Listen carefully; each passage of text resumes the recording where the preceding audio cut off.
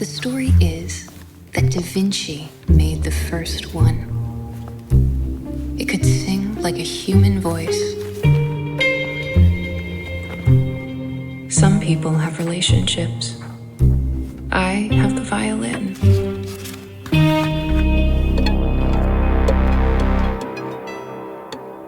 To play the violin, you bring your elbow very far towards your body and lock it.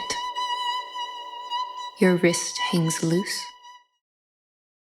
Beautifully shot, my goodness, constantly building and evolving just like the music itself. I love the integration of the epic scores and treating the film like different parts of a symphony. Brilliant exploration of the nuance, of creation, of purpose, and the inspiration that drives the art to perfect a piece. And I thought it was really interesting to explore the struggle in those moments of the true brilliance shining through and attributing that brilliance to somebody else, provoking you, or of needing life experience to sell the piece, to understand it. That the power dynamics in music and in art creation can be treacherous and imbalanced territories. So I thought this was a really nuanced and fascinating and beautiful look at the torment behind that. Normally, I'm not a fan of voiceover narration, but it really worked in this film. It really let you into Serena's head to see everything she was feeling through each of the different parts. And this felt very much like a genuine character study. It was a great film where it went into her background with her mother. It went into why she wants to create stories, why she's obsessed with this particular story. It goes into all of it where it shows you that she's such a complex person.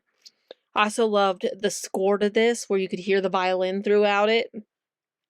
And I loved the special effects that especially while stoned, you're seeing everything around her face that are like fireworks and everything else. But you can also tell that you need the voice over narration because she seems to have trouble voicing her opinions and the reason why she feels the way she does and why she wants to perform the way she does.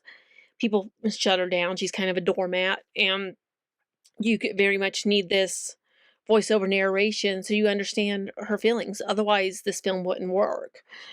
It was beautifully crafted from the beginning to the end. This is about falling in love, but not falling in love on proper terms, right? This is an affair afoot and a dance with the devil, perhaps.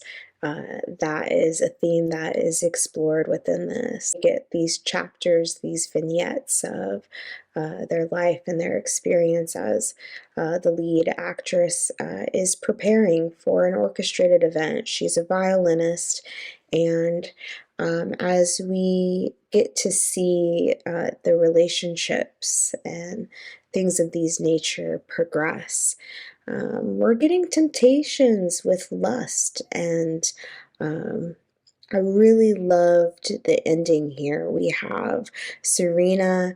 Everyone is ready for the orchestra, getting ready to perform, and she's in a bright red bold sweater, which is so unlike what people would typically wear at an orchestra. Usually it's like sort of an all black ensemble, so it really makes her bold and pop out, and she's talking about the devil being like by her side almost, and pretty much dives into this tale of when she ends up playing for the violin for the first time.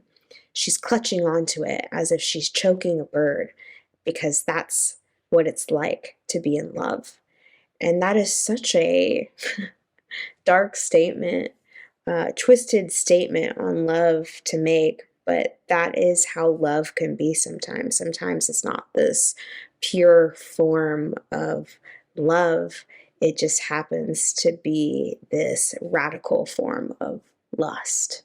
And so I think that's what's really played with here in our themes of what is love and what is lust. I like the cinematography of the Serena Variation and the editing style, like the pacing style, because it definitely had a sense of urgency. You know what I mean?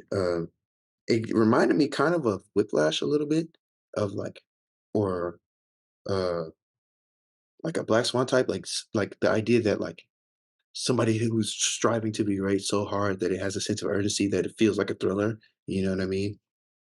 Um, and I think you pulled it off. I think that was a good